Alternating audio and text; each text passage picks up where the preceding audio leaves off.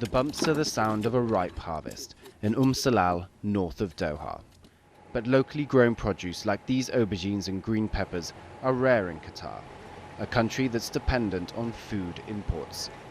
Qatar wants to increase domestic food production from 10% to 70% by 2024. We believe that Qatar can produce the vegetables for the local market without any need to import. The food security plan also sees Qatar becoming a dominant regional food processing and trade center.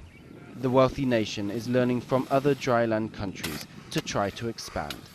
Today there are about 1,500 of these farms in Qatar, but the government wants to virtually double that number by using semi-arable land like this.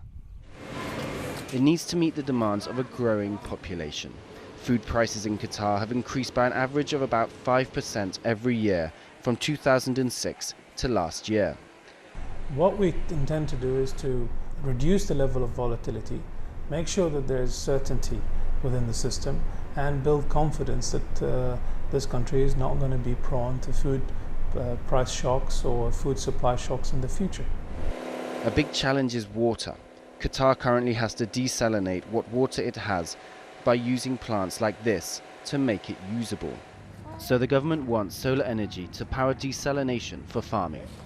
One private firm testing the technology is aware of the difficulty posed by summer temperatures of about 50 degrees centigrade. There is a misconception that there's lots of sun in Qatar, therefore solar is going to work really well. Well, it's very hot, and solar technologies have been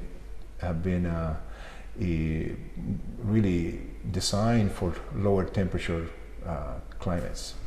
So now the question is, how do we do in this climate? Neighboring Saudi Arabia in 2008 abandoned attempts to produce all of its wheat, saying it was too costly. Qatar faces the same risk. Economically, it makes little sense because the outlay and investment in actually trying to grow, fruit and vegetables in the deserts of Qatar compared to what you could purchase it at, why not depend on international trade for meeting your food needs? Producing food on Qatar's land is a significant agricultural and technological challenge, but any returns will be something its residents and other dryland countries could feast on.